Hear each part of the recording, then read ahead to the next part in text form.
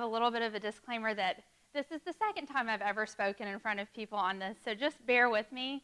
But really the point of this is not about me trying to give you a sermon. It's just me sharing my story and the freedom that God's given me around what it means to be a woman, what it means to want to be and feel beautiful, and what God says about that.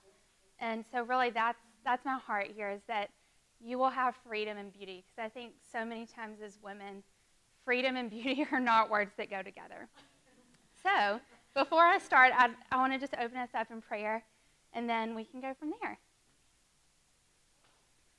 Jesus, I just thank you so much that you're here in this room. And I thank you that when we are in your presence, we are changed. And I thank you that your presence is so here right now. God, give us a better picture of your heart for us. May we just know your love in a deeper way than ever before. I just ask for all the mirrors in our life that we have stood in front of, God, that you will just redefine those through the lens of Jesus. May we just see ourselves the way that you see us. May we call ourselves the names that you call us. May we live under the authority of the beauty that you have created us in. And we just give this to you, Lord, tonight. We just open up our hearts to receive what you say is true, even if it's something that might feel new, even if it's something that might feel different. Jesus, we want to believe what you say is true about us, not what we've believed or heard. So God, I just speak over a newness and a freshness of eyes and hearts and ears, God. We just open our hearts to your word tonight, to hear and touch and feel and experience you more than ever before. In Jesus' name, amen. So like I said, I think really I never set out to explore beauty necessarily. If you're a girl, it just kind of happens to you. You know what I mean? Like, you can't really avoid it. And so it's just been something that honestly has been a huge struggle in my life, and such a battle that, like, I think God heals you in the places that you hurt a lot. And so I think that's why this has been something that's been more of a theme in my life than I would have thought, especially working at magazines with my job. You know, I'm constantly trying to paint a perfect picture for a lot of people, and you don't realize how much even if you think that you love yourself and you have a lot of freedom there, you don't realize how it just feels normal to feel like you have to be perfect as a woman. And I don't think I even realized that until I was having a meltdown. You know, you're like, oh, something's wrong here. So anyway, I want to share my story with you first, and then I want to just tell you some of the things that God told me that gave me freedom. And hopefully just my heart's desire is that just through what he says about us, you'll just leave with not even so much a changed mindset, but I just feel like his truth.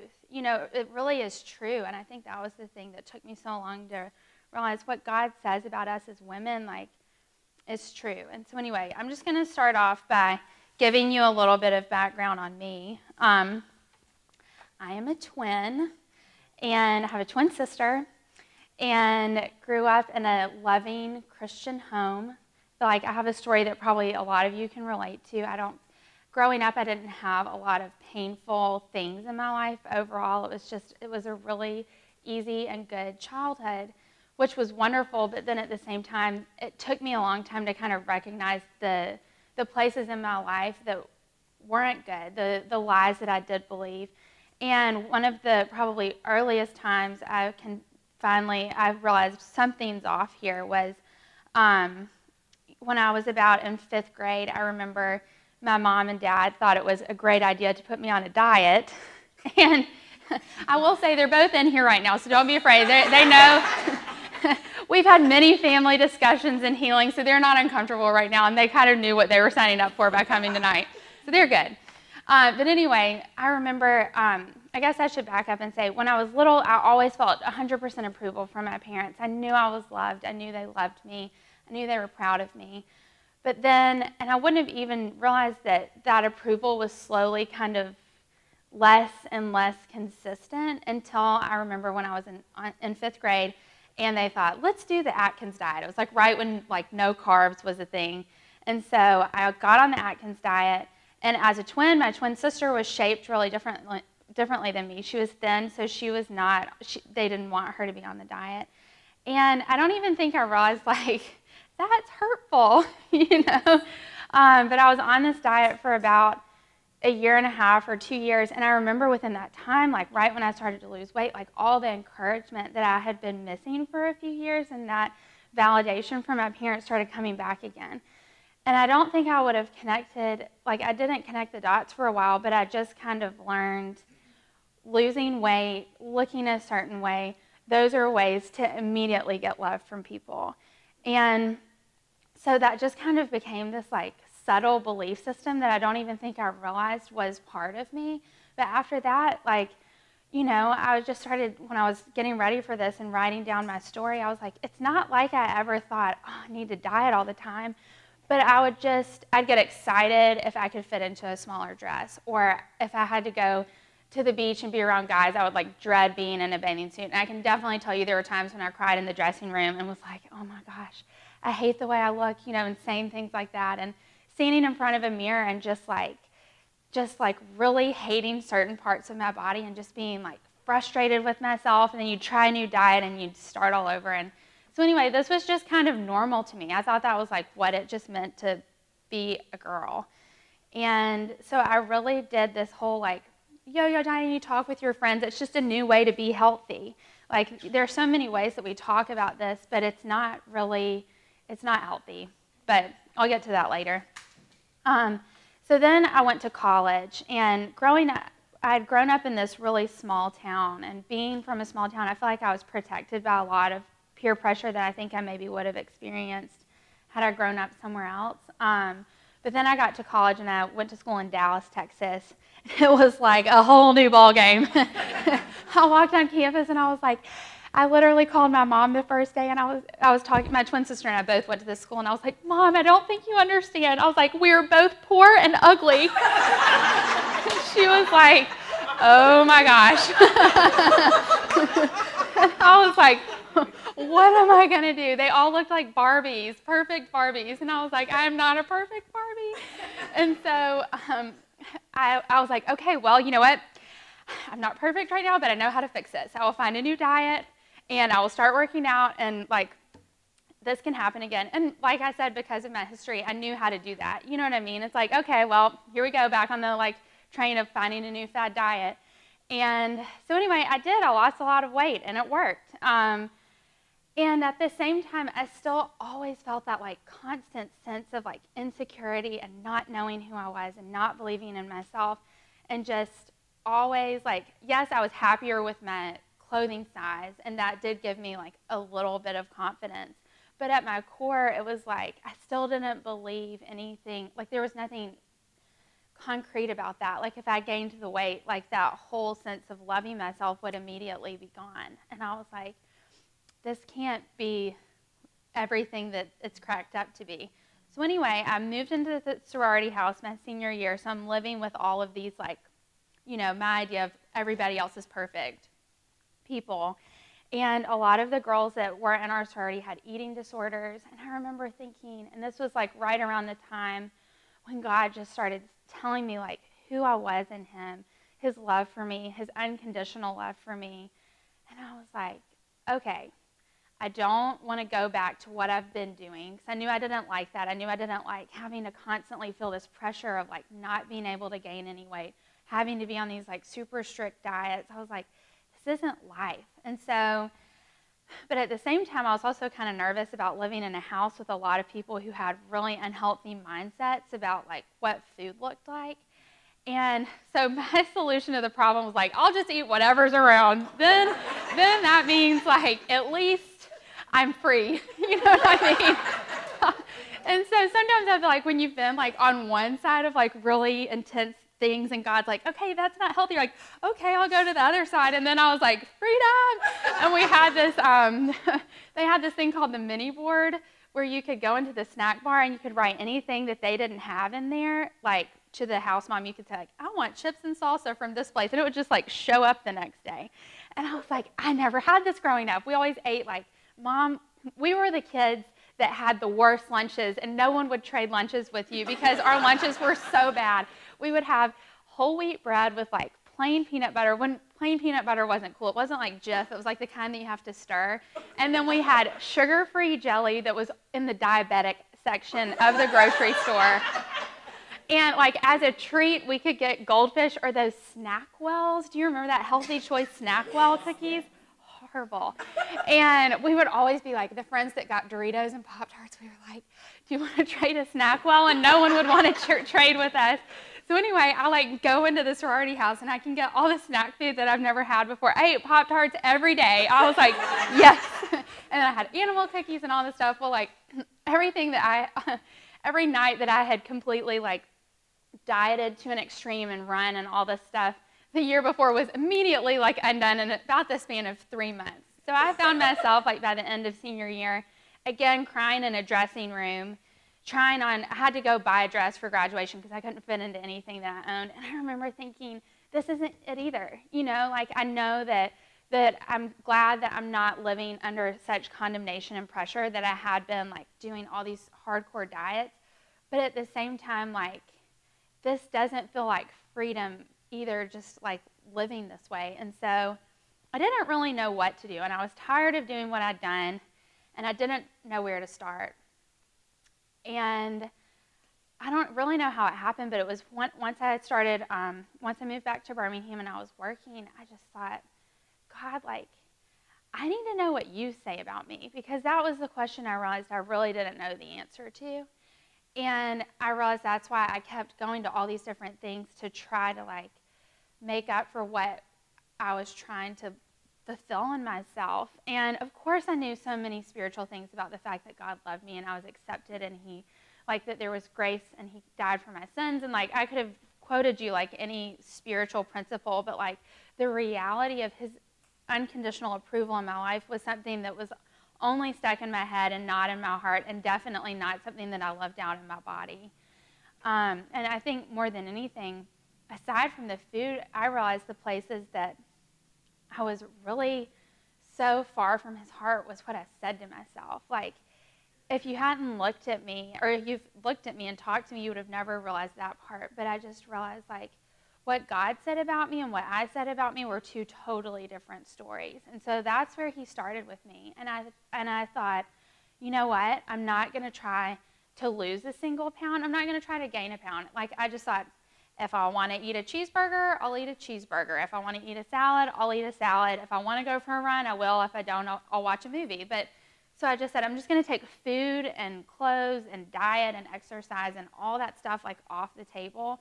And the only thing I want to know is what God says about me. So I was like, I know that if I have freedom in that, then I will have health in my heart and will be able to actually be healthy and live in health, but not from a place of just like condemnation. And so anyway, I was like, I'm not going to worry about any of that. All I need to do is like hear what God says about me.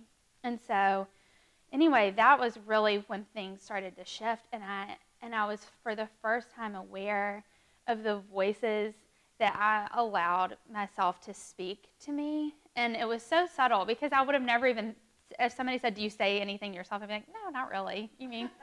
Like, if somebody said, do you think you're pretty? I would have been like, yeah, I mean, I have bad hair days, or some days I feel prettier than others, you know, but I wouldn't have ever, like, recognized that it was even something that was off until I started letting God, show me what I actually said.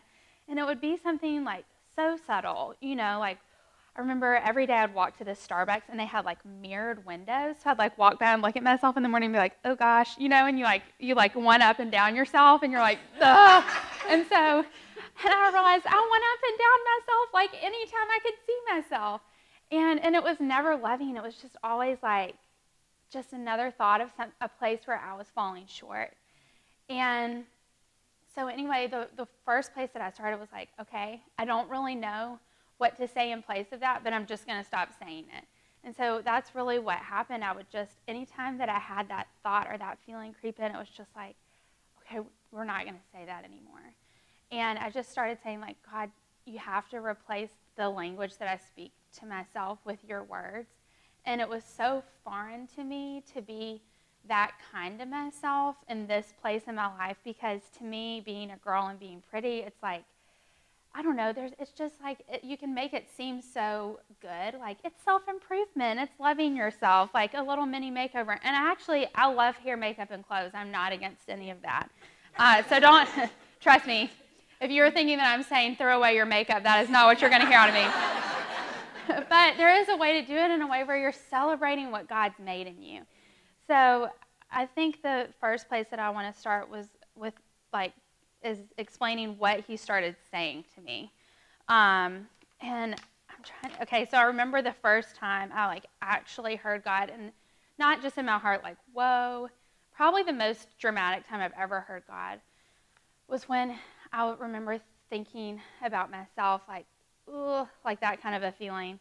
He just said, Bradley, you are precious, beloved, and adored. I remember thinking, really? Okay.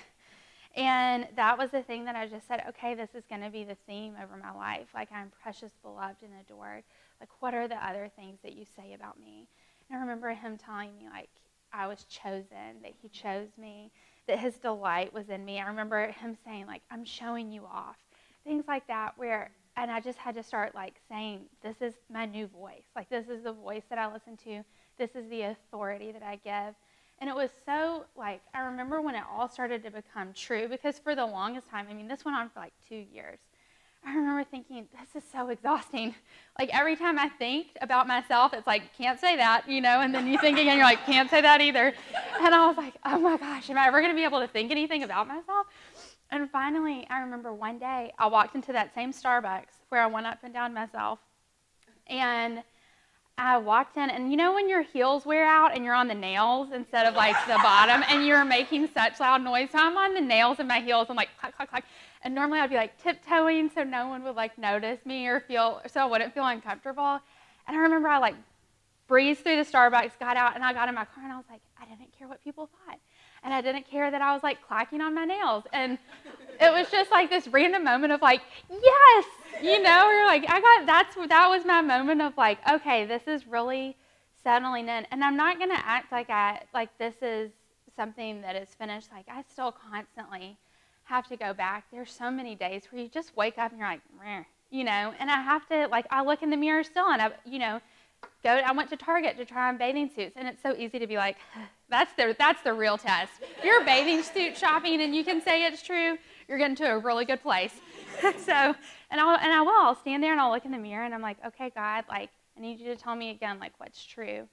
And I just remind myself, and the thing that I've realized is, like, your weight and your body have absolutely nothing to do with that. And one thing that started to really bother me when I was on this journey was, like, based on what I've always believed, only certain people can tell themselves and believe that they're beautiful. And I was like, and that's not what God says. And I was like, there has got, like, no, I have so many Christian friends, and hardly any of them would actually be able to say that, like, they genuinely are beautiful. And I was like, based on what God says in the Word, everyone is beautiful because we're created in His image, and He is beauty. And I was like, if He is beauty, then we are beauty because we are made like Him. And so if you don't feel beautiful, you're basically believing less than the fullness of what God has for you. And that's when it just hit me. It was like, there is such a lie that we have just been, like, almost felt like it was, like, sort of worthy to believe. And I just thought, I take all of God's promises so seriously about the fact that He's my protector, He's my provider, all these things. But I just realized that, like, especially as a woman in this area of my life, I just kind of, like, put a little asterisk beside it and say that doesn't apply to me. The fact that I'm beautiful because I'm made in His image, and that I'm fearfully and wonderfully made, that there's no flaw in me. It's like one of those, yeah, kind of maybes. It's not a promise that I let myself live under. And I'm like, I want the fullness of what God has for me. I want the fullness of His promises. And if I believe Him to be all of these other things for me, it's time that I let Him be this for me now too. And my prayer for you is that if you feel that you are unworthy of calling yourself beautiful, you can leave tonight knowing that you are, because you are made in His image. And there is nothing that can take that away from you. And when I started having these like foundational things of, like, what it means to be beautiful, it was like so freeing. And now all the other stuff, I just get to enjoy it. Like, yes, I eat healthy and I like to work out, but it's from a totally different perspective now. And it's all because I love myself. And to me, getting to feed myself good things, it's out of an extension of love. But I would encourage you, like, if you feel that you can't, if you're still struggling in that place where I was about dieting to have that acceptance, maybe hold off for a little while and let God just like pour into you his perfect love over how beautiful you are and made in him, that there really is no flaw in you. And then let that stuff come back later, because it will. You know, he will always bring in the extras, but like until then, it's almost like you're having to, it's so hard to separate the two if that's just been your mindset for such a long time. But, you know, for me, since then, like, I have to go back and remind myself. It's not like every day I'll wake up and these truths feel real. Like, even lately, it's been harder. I feel like I've moved to a new city, and, you know, when you're, like, you're kind of nervous, you're in this new, like, atmosphere, and it's easy to continue to compare yourself. And so this has been something that I've had to, like, really come back to and, like, remind myself of. I want to specifically point out one verse that really helped me. Let me pull it up on my phone. Okay.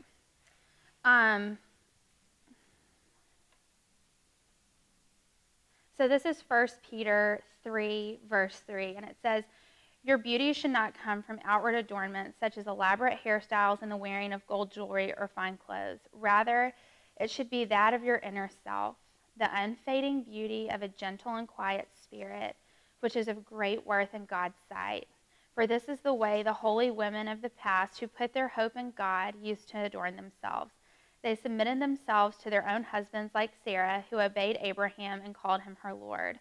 You are her daughters if you do what is right and do not give way to fear." And I remember when I read that, this was pretty recently. I was like, oh my gosh, like, I want to be so aware of what I'm clothing my spirit in, that is the thing that makes me beautiful. And I think when we're so used to living under these norms about what beauty is and what society says it means to be beautiful, we're basically putting ourselves in a system where God's authority can't be, because it's not something that he's designed. You know, so I think that was the thing I realized, like, this whole mission that I had internally of just feeling like it was normal to do all these things. It's like, how can I ever find freedom in something that's not free, you know?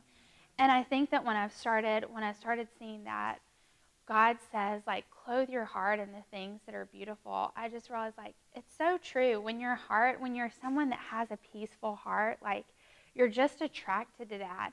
And I think about all the girls I went to school with, and they really were, like, supermodel pretty. And by the end of school, I remember not even thinking that they were beautiful because of just such, like, where their hearts were. And you lose that. And some of the people that no one would ever call beautiful, when you see what a true, like, pure heart is, it's like, that is beauty. And I think the thing is, like, you're going to have to choose, what are you going to believe is beautiful? And are you going to believe what God says is beautiful, or are you going to believe what the world says? And it does take time to let his truth to feel real, but it can be real right now. You know, I think that's the thing I love about God's promises. So many promises that he gives us don't feel real in the time, you know, that God will provide all your needs when you're sitting there looking at your bank account. You're like, this doesn't feel very real right now. But the thing I love about it is, like, you can hold on to it even when it doesn't feel real. And I just encourage you, like, don't beat yourself up if this doesn't feel real for a while, because for me it didn't. I would look at myself and be like, I cannot be beautiful with cellulite, you know, or whatever it was. And then you're like, yes, I am. And this is a bikini body and all these things, you know. But the other thing I wanted to point out in this verse that God really used for me, at the very end, it says, you are her daughters if you do what is right and do not give way to fear. And I just realized, like, kind of the opposite of beauty is fear. That's really where it all comes from, is us living in this place of feeling unworthy of love, feeling like we need to gain acceptance and approval from other people. And really the root of that is just fear. And I think that, you know, my encouragement to you is that God's amazing, amazing love will just supersede all of those places of fear that might have just been there for a while in your life. I know I feel like I've kind of breezed through this, but I want to keep going.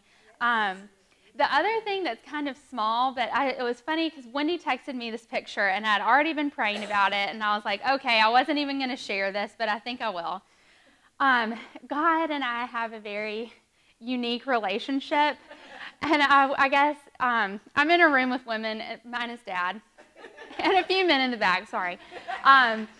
But sometimes God tells me, like, speaks to me in ways where I'm like, I don't know if everyone, especially guys, will understand this, but I was having a quiet time the other day, and I was just feeling like, oh, God, like, do you really will give me that? Like, I remember he was saying, like, Bradley, there's so much in my heart I want to give you. Like, there's no limit to what I won't give you. And so I had this vision of being in heavenly Neiman Marcus, and we were shopping. I was like, that is the prettiest top. I want it.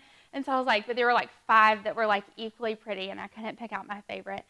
And Jesus was like, and so I was like, I'll get this one. Like, I'll be nice. I'll only get one. And he was like, no, like, this is all for you. I want you to have it all. And I just, like, I think we get so used to feeling guilty about embracing what it means to be beautiful. There's almost this, like, false humility about, no, and you kind of, like, shy away from it. But I just want you to know that, like, if you have a hard time receiving, get ready to get uncomfortable, because God is just going to, like, lavish you with his heart. And it's the most fun thing. It's uncomfortable at first to, like, start receiving, like, love in a place that you don't feel worthy of, but it's the, like, best thing. And so anyway, back to my Neiman Marcus. So after that, like, God, when I would pray, I would always, like, in the spirit, feel like I was wearing my, like, these shoes that he gave me. And the shoes that I always feel like I wear when I'm, like, picturing myself, like, fully me and Jesus, are these, like, heels with the studs on them, the spikes. Do you know what I'm talking about? I'm like, it's feminine, but it's fierce.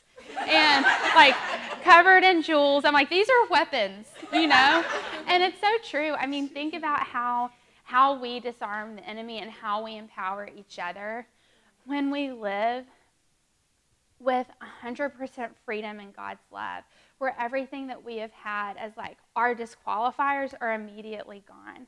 And I just thought, what would it look like to have that checklist that we all have of, like, self-improvement checklist just burned? Like, what does that look like? And the more, I mean, even still, I have to remind myself, like, I have little checklists that I have to get rid of. But I'm like, that is what we're giving each other when we live in the freedom of beauty. It's not about vanity. It's about living in who Christ is and us accepting that over ourselves. And the other thing I just feel like is important for me to say, like, from day one, from the moment that you were created, beauty is a title that is over your name. And you're not disqualified from that. And for any disqualifier that you have as a place where you are not able to stand in whatever shoes that Jesus shows you are your shoes to walk on, like, it's time to let him tell you what is true. And so I just am going to encourage y'all to start praying. Ask God to show you what your shoes are. They might be combat boots. They might be flip-flops. I don't really know.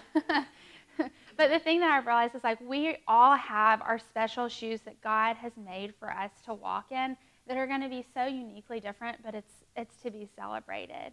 And I just hope that, like, that is the freedom that's been released here. I do want to have, like, one moment where I just let Jesus minister to you in a way that he did to me, and it helped me a lot. So I call it listening prayer, where basically I just, it's the way that I usually spend time with God, but I'm just going to invite him in and ask him to just kind of touch your hearts, because I think you can hear what I'm saying, but it's really not about what I say. It's about what he says. And I think that if he can just speak to your heart individually, he knows the mirrors in our life that we look in and what we say. And that's one other thing before I do that. Now when I look in the mirror, I look and I see God, like, I look and I see myself the way God sees me. And the mirror used to be something that I just kind of avoided. And it was like your best, worst friend. When they gave you a compliment, you're like, finally. And then when you didn't, you're like, I don't want to talk to you, And whoops, hang on. Wardrobe malfunction. But anyway, when it comes to looking in the mirror, I just want you to know, like, let that be a place where God ministers to you so much. Like, this might be a little bit out there for some of y'all. I'm willing to share this, even though I don't know you. But sometimes I will, like, get down into my bra and underwear. And if I'm feeling like I'm having a hard time believing what God says about me, I will go head to toe and especially focus on the places that I've had a harder time loving in the past. And I will just stop there for a while and just, like, let God show me what he sees about me. And it is, like, just been the most freeing thing. And you walk out the door and you're like, But no matter what size you are, what you want to do with your body, what you wish looked differently, there's a place where you can feel love and acceptance right now. And I think, like, that is all I want for you to leave knowing, just because of who you are in God's image, that there is no flaw in you. So with that being said, I just kind of want to open up this time for just a little bit of ministry, and then if y'all have questions, you can ask me. Jesus, I just thank you so much that you're here. I thank you for the way that you made women to be specifically beautiful beings, God. May we know the fullness of your beauty and live in the freedom of that. I thank you for the great freedom that comes in beauty. And Jesus, I just ask that, I want all of you to kind of picture yourself standing in front of a mirror and just be there for just a little bit. And what are you telling yourself as you look at yourself in the mirror? What are the words that you're saying as you look at yourself?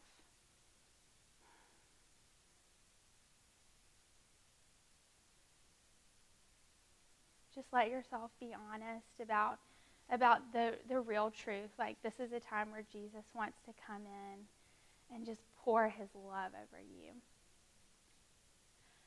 And now I want you to look in that same mirror, in spite of what you see and in spite of what you say.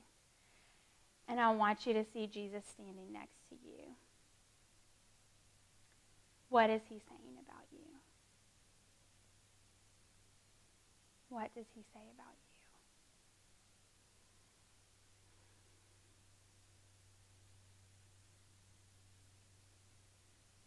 Let him touch the places of your heart that you have felt unworthy to be loved in.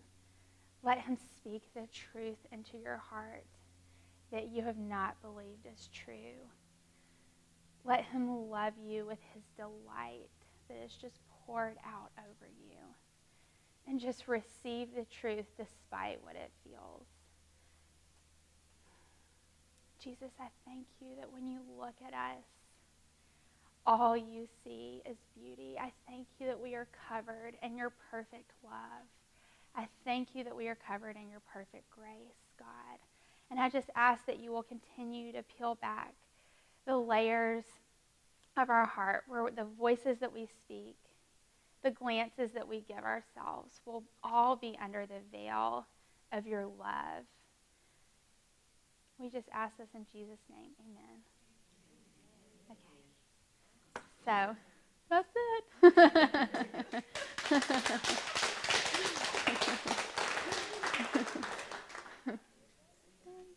But do y'all have any questions?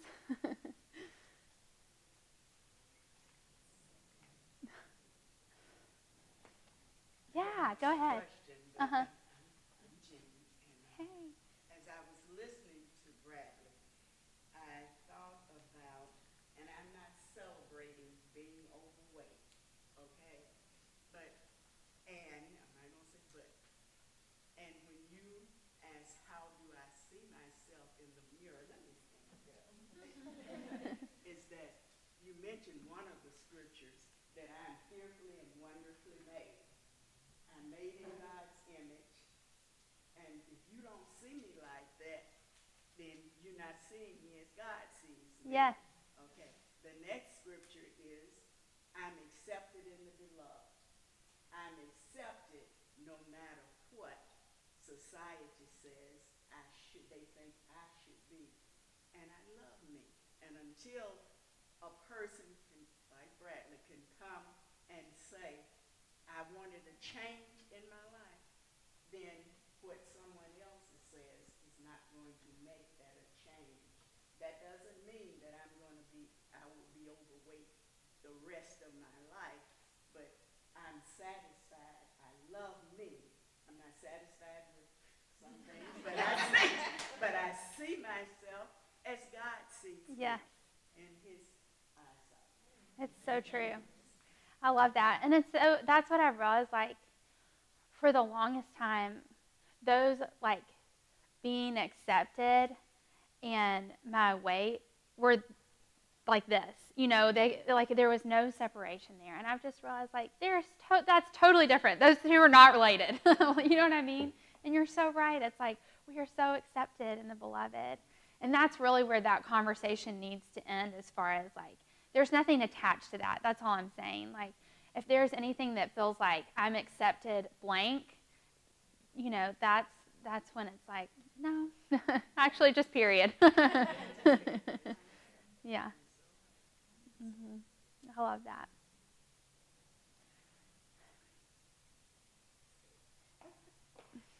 Well, I just want to thank you, Oh, Brandy, thank you. sharing your story. Such an awesome story. Thank you. You know. Oh, can I say one thing? Sure. Before I forget, I'm sure a lot of y'all are moms, and I just thought of this when I was looking at my mom. But if you feel like you didn't parent your child the way that you wished you would have in this area, where you're like, oh my gosh, why did I do that? I just want you to know it's not too late. And God heals everything, and He has so restored this. And my encouragement to you is just ask Him to come back into your heart and touch those places with truth, and you can continue to pass it on. But, I mean, now when I think about my relationship with Mom, even though that was probably not their proudest parenting moment, there has been so much healing in that one place. So don't beat yourself up if you haven't done it perfectly. We want to thank you. Yes, You're so for sweet. sharing with us your story. Thank you. And we may have to have you back and, Okay. and tell us more, encourage us more about it. Yeah. And what she's saying that I got out of it is that it's what's on the inside. Mm-hmm. And a lot of times, if we're not sure of who we are on the inside, we'll let everything else define us. And when we allow other people, even ourselves, our own comment, define something that is opposite of what God has defined us as, is wrong. And so we all need to find out in the Word, just like Bradley said, who we are, and we'll know who we are on the inside. In that way, you're confident in who you are. And in that way, nothing else can steer you in the wrong direction. And the Word will always be the final authority in our lives. And watching her, as when she went to school and all of that, and how God has worked in her life, and how He has proven Himself in her life, and how we talk and everything, I knew that she had a message for someone, and that's what I was praying for, that whoever needed to hear the Word, and we all can be encouraged by the Word, that they will be here. And I just thank God for y'all coming too.